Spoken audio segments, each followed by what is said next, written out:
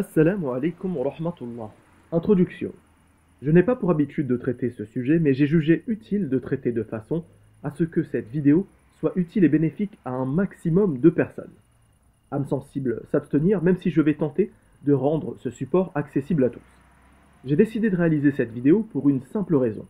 Vous avez tous dans votre entourage des personnes directement ou indirectement touchées par le mal qu'est la sorcellerie.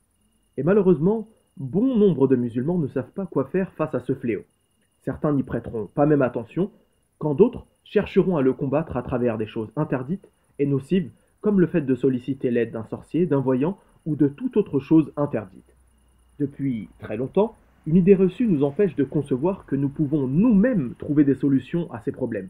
En réalité, tout musulman doué de raison peut se traiter seul, à condition d'avoir la connaissance de ce qu'il faut faire de façon correcte, à ne pas tomber dans l'innovation ou pire dans l'associationnisme. Les types de sorcellerie. Je ne vais pas rentrer dans les détails, mais il y a principalement 3 types de buts dans la sorcellerie. Premièrement, la sorcellerie dans le but de nuire à quelqu'un. Deuxièmement, la sorcellerie dans le but de se rapprocher de quelqu'un ou d'obtenir ses faveurs. Troisièmement, la sorcellerie dans le but de se protéger contre les autres ou d'avoir de la réussite mondaine. Nous allons voir en vidéo un exemple de chacun de ces types afin que vous puissiez voir de quoi je parle. Bien sûr, tous ces types de sorcellerie, qu'ils soient bons ou mauvais dans l'intention, sont totalement interdites. Premièrement, voici la vidéo que l'on peut appeler les poupées vaudou. Deuxièmement, le liquide devant chez quelqu'un, ce qu'on appelle en arabe ar-rashash. Et troisièmement, les talismans.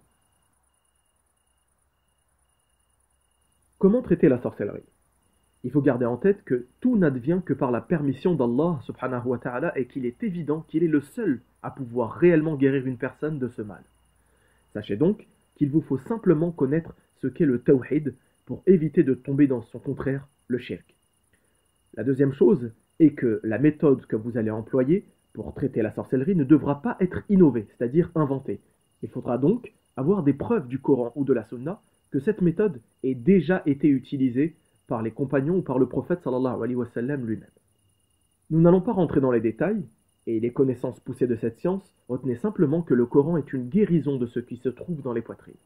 Allah subhanahu wa ta'ala dit dans la sourate Yunus, verset 57, « Ô gens, une exhortation vous est venue de votre Seigneur, une guérison de ce qui est dans les poitrines, un guide et une miséricorde pour les croyants. » Les sourates simples et efficaces seront la sourate Al-Fatiha, aussi appelée Ar-Ruqya, les 2 sourates protectrices An-Nas et Al-Falaq, la sourate Al-Ikhlas et le verset 255 de la sourate Al-Baqarah, que l'on appelle aussi Ayat Al-Kursi.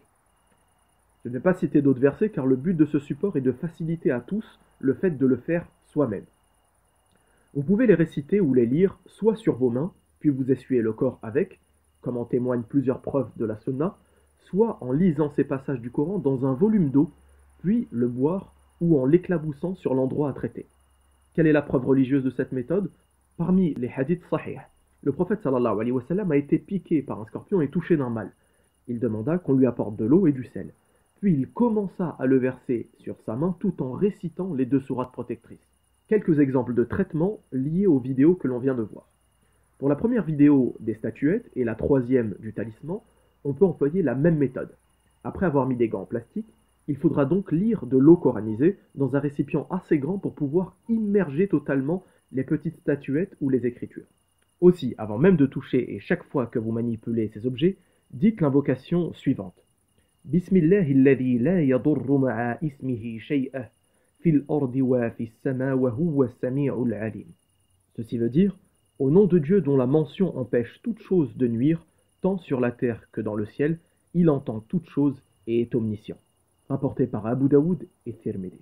Il faudra surtout dénouer chaque nœud, puis les tremper dans de l'eau, avec la conviction que la guérison vient d'Allah subhanahu wa ta'ala seul, puis disloquer totalement cet objet tout en récitant les sourates protectrices. Une fois terminé, il vous faudra déverser l'eau coranisée en extérieur, dehors. Cela afin d'éviter de mettre de l'eau coranisée dans un endroit où nous faisons nos besoins, où il y a des détritus. Puis il faudra brûler tout ce qui est matériel et ce qui a servi à la confection de ces choses. Pour la vidéo liée au liquide, qui est jeté devant les maisons ou devant un commerce, après avoir mis des gants, il faudra nettoyer ces traces au maximum.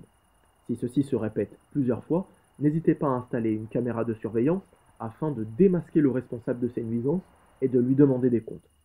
Vous avez maintenant les connaissances de base pour savoir que solliciter un sorcier ou un voyant, même s'il est de votre famille, est une abomination qui ne fera qu'aggraver votre situation. Allah subhanahu wa ta'ala veut éprouver le croyant et voir qui d'entre nous est le meilleur en œuvre. Raison pour laquelle, face à ces épreuves, il nous faut répondre de façon correcte et légiférer.